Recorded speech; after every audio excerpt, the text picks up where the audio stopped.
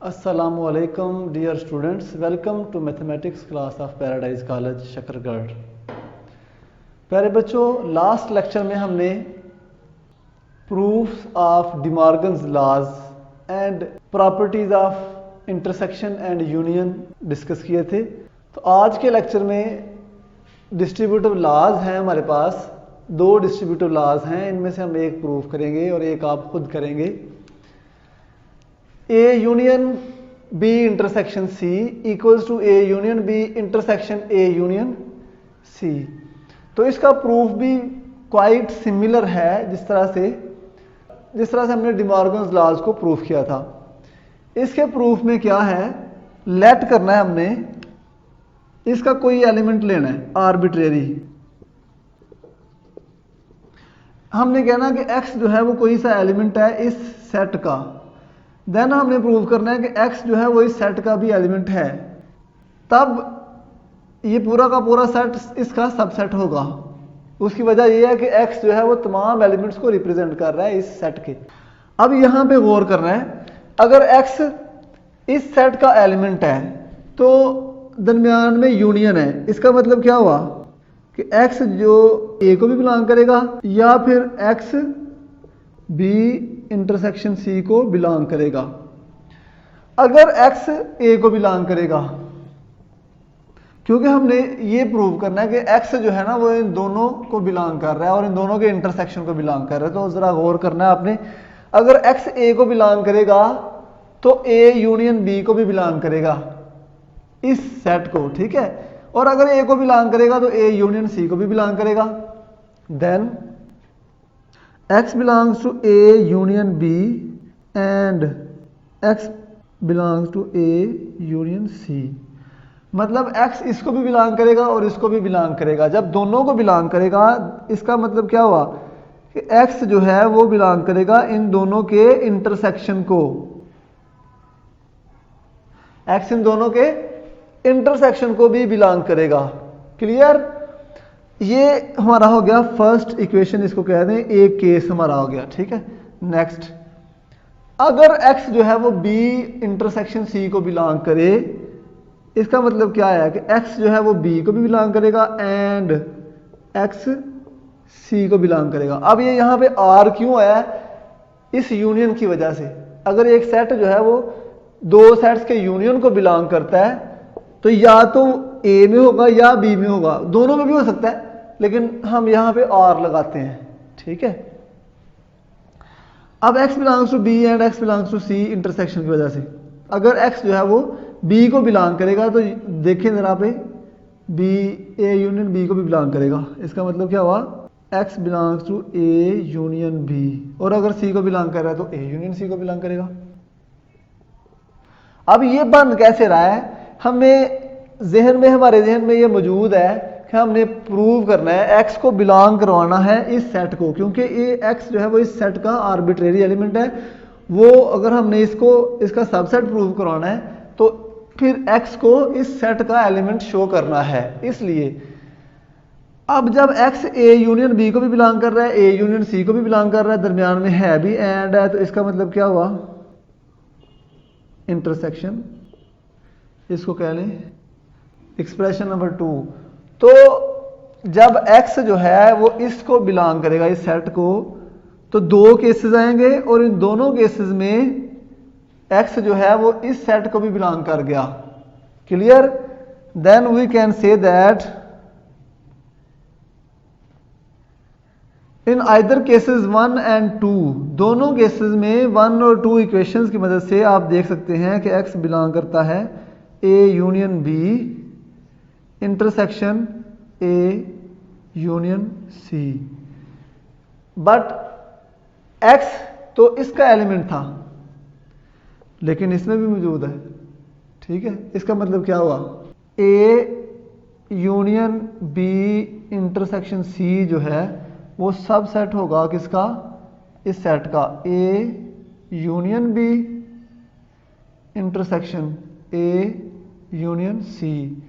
तो ये हमारे पास थर्ड इक्वेशन आ गई, थर्ड एक्सप्रेशन हमारे पास आ गया ये वाला, जिसमें हमने प्रूव किया कि ये वाला जो है ये सेट इसका सबसेट है।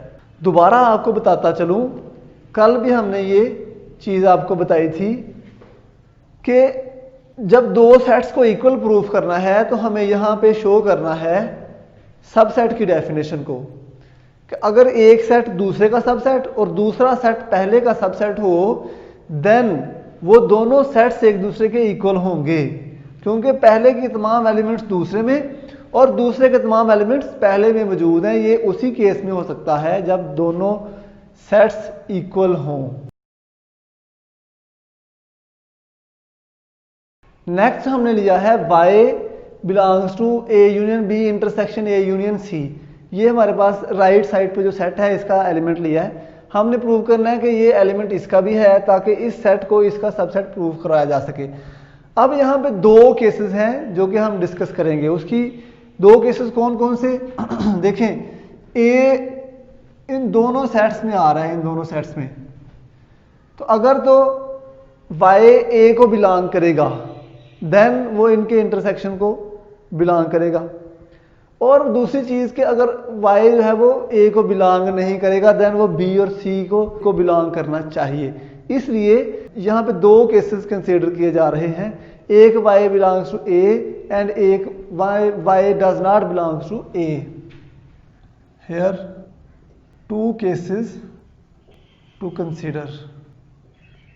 Number 1 y belongs to A and number 2 y does not belongs to A। अगर तो y जो है वो A को बिलोंग करता है तो इस सेट पे गौर कीजिए, अगर y A को बिलोंग करता है तो वो इस सेट को भी बिलोंग करेगा, क्योंकि ये सेट दो सेट्स का यूनियन है। अगर इसको बिलोंग नहीं भी करता तो A union B intersection C को बिलोंग करेगा। implies that y belongs to A union B intersection C। और अगर y A को बिलोंग नहीं करता देन y बिलोंग करेगा B को और y बिलोंग करेगा C को।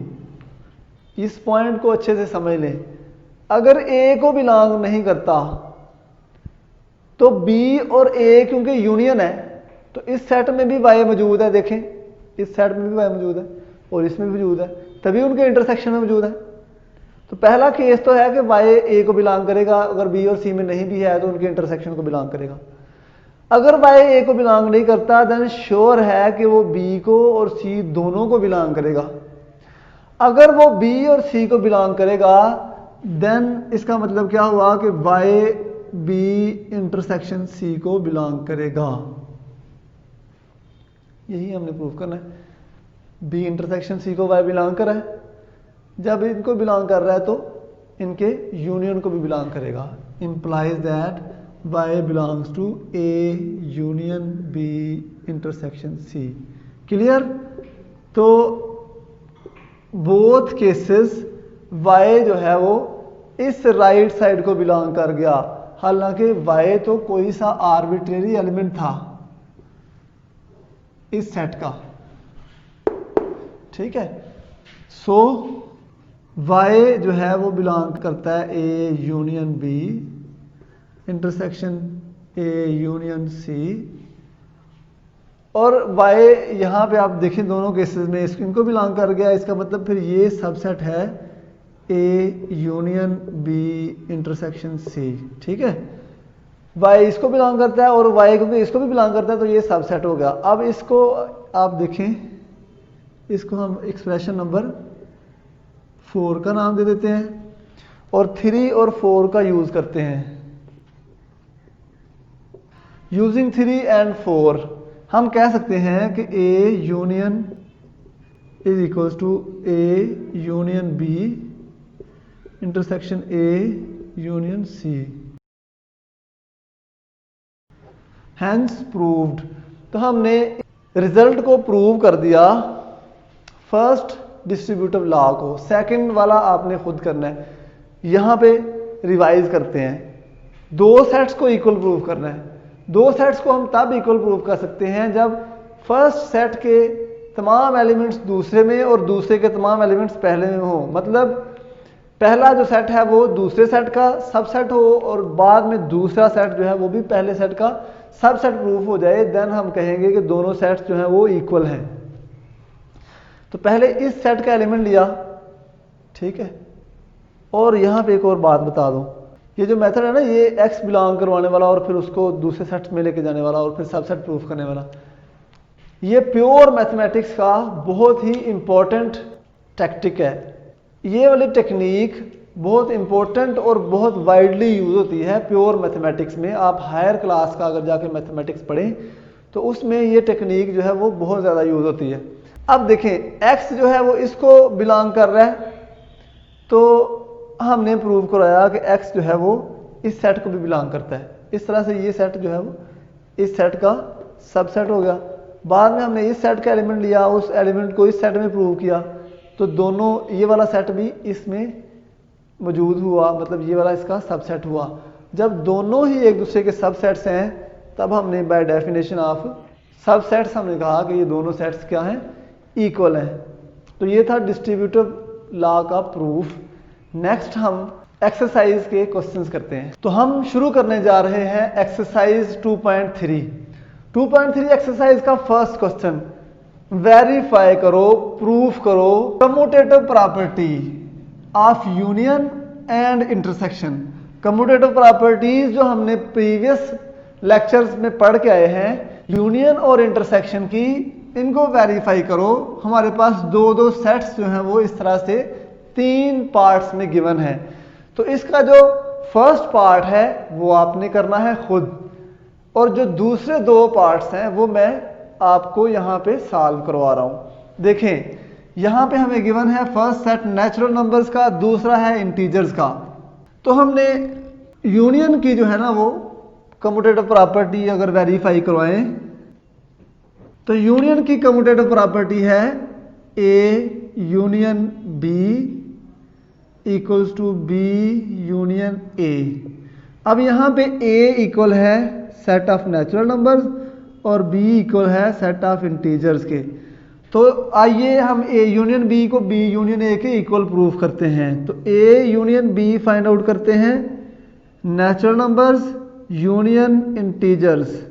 तो नेचुरल नंबर्स हमें पता है 1 2 3 4 5 और इंटीजर्स 0 +-1 +-2 +-3 एंड सो ऑन। तो इनके यूनियन में क्या आएगा, जो सुपर सेट है। हम पहले भी बताते आ रहे हैं कि Z यहाँ पे सुपर सेट है और N यहाँ पे सबसेट है। जब इनमें ये सबसेट वाला रिलेशन होता है तो उनमें जो आंसर आता है वो सुपर सेट होता है। तो इनका यूनियन आएगा सेट ऑफ इंटीजर्स, ठीक है। बेशक आप इनको एक्सपेंड करके लिख के चेक कर लें। उसके बाद B union A find out करते हैं और ये Z यूनियन नेचुरल नंबर्स आएगा और Z यूनियन नेचुरल नंबर्स हमारे पास आएगा Z के इक्वल, फर्स्ट पार्ट भी और सेकंड पार्ट भी।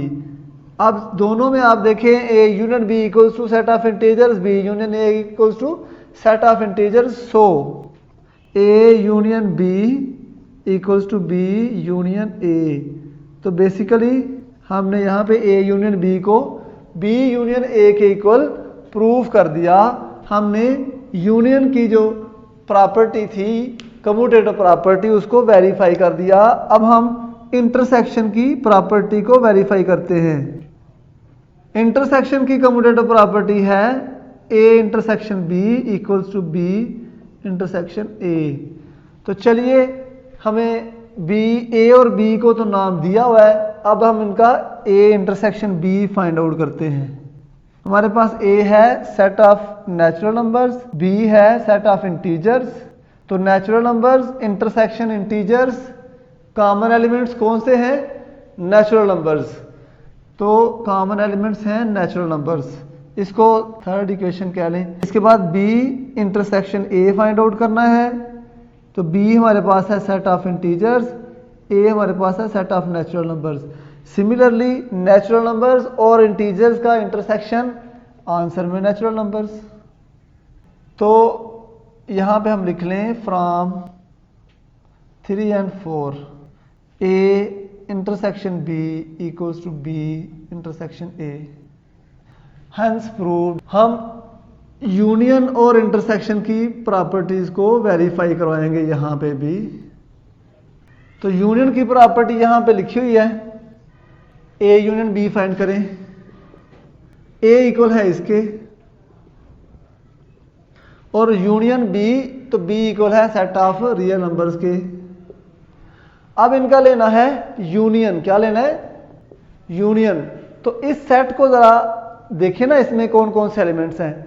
इसमें सेट ऑफ रियल नंबर्स मौजूद हैं, ऐसे सेट ऑफ रियल नंबर जो 0 या 0 से बड़े हों। और इसमें क्या मौजूद है? इसमें complete set of real numbers मौजूद है।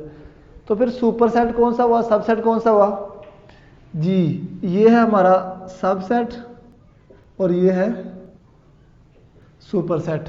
तो ए यूनियन बी का आंसर क्या आता है? Super set. वैसे ही बी यूनियन ए, बी हमारे पास है set of real numbers, union A मौजूद है एक्स,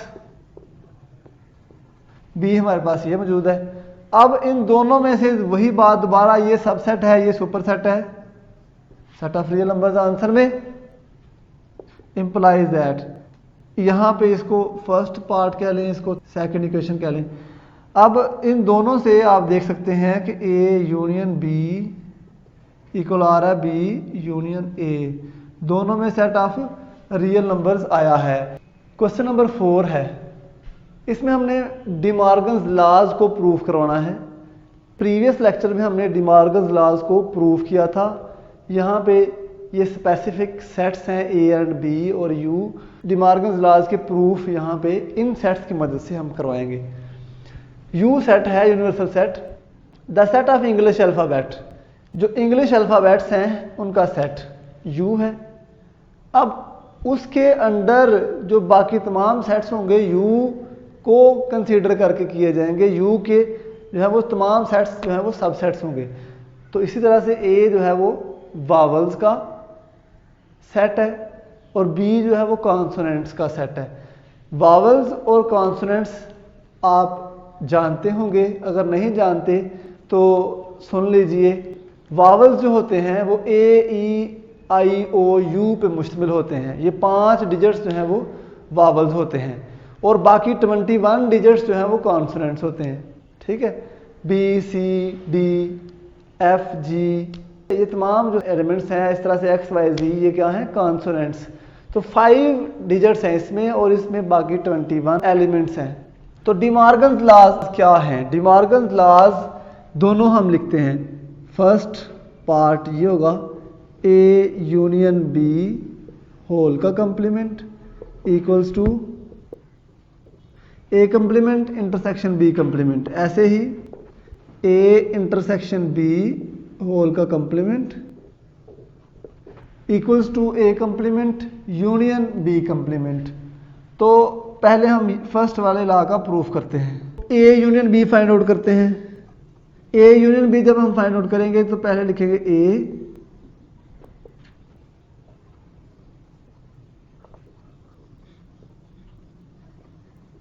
तो वावल्स और कॉन्सोनेंट्स का अगर यूनियन लें तो क्या आता है? Universal set you. इन दोनों को कंबाइन करेंगे तो यू ही आएगा ना, तमाम इंग्लिश अल्फ़ाबेट्स आ जाएंगे जो कि यू के इक्वल है। इसलिए ए यूनियन बी किसके इक्वल आ गया? यू के। अब हमने ए यूनियन बी का कंप्लीमेंट फाइंड आउट करना है। अब कंप्लीमेंट किसके इक्वल होता है? यूनिवर्सल सेट यू, वो तमाम एलिमेंट्स जो ए यूनियन बी में मौजूद ना हो। तो ए यूनियन बी किसके इक्वल है? ए यूनियन बी भी यूनिवर्सल सेट के इक्वल है, इसलिए इसका डिफरेंस जो है वो यूनिवर्सल सेट के साथ ही लिया जाएगा। तो universal set difference of universal set, answer में एम्प्टी सेट। तो इस तरह से हमारी लेफ्ट हैंड साइड आ गई एम्प्टी सेट के इक्वल। इसको फर्स्ट एक्सप्रेशन का नाम दे देते हैं। नेक्स्ट हम करते हैं ए कंप्लीमेंट इंटरसेक्शन बी कंप्लीमेंट। ए कंप्लीमेंट क्या है? You minus A. यू के वो एलिमेंट्स जो ए में नहीं है। ए हमारे पास क्या है? Vowels. X such that x is a vowel. तो यूनिवर्सल सेट U के वो तमाम एलिमेंट्स जो वावल्स नहीं हैं वो कॉन्सोनेंट्स होंगे इक्वल्स टू B, मतलब इसके इक्वल आएगा B के। तो A कंप्लीमेंट किसके इक्वल आ गया? B के। नेक्स्ट हम B कंप्लीमेंट फाइंड आउट करते हैं। B कंप्लीमेंट है यूनिवर्सल सेट का डिफरेंस B के साथ। यूनिवर्सल सेट को एज इट इज लिख देते हैं U और डिफरेंस लेते हैं B के साथ। B में क्या मौजूद है? कॉन्सोनेंट्स। तो इंग्लिश अल्फाबेट्स जो कि U में मौजूद हैं उनका डिफरेंस कॉन्सोनेंट्स के साथ। तो कॉन्सोनेंट्स के अलावा U में फिर क्या मौजूद है? कॉन्सोनेंट्स के अलावा U में मौजूद है vowels. X such that X is a vowel, मतलब डायरेक्ट भी हम A लिख सकते हैं। तो B कंप्लीमेंट हमारे पास आ गया A के इक्वल। अब A कंप्लीमेंट और B कंप्लीमेंट का लेना है इंटरसेक्शन। A कंप्लीमेंट है हमारे पास B, इंटरसेक्शन A। तो B हमारे पास क्या है? सेट ऑफ कॉन्सोनेंट्स और A है सेट ऑफ वावल्स।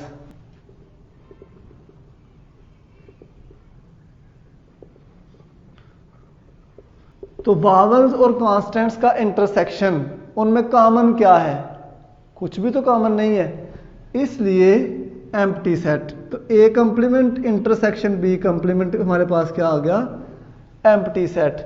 तो आपने देखा कि ये जो फर्स्ट इक्वेशन है और सेकंड इक्वेशन दोनों के आंसर्स जो हैं वो एम्प्टी सेट हैं।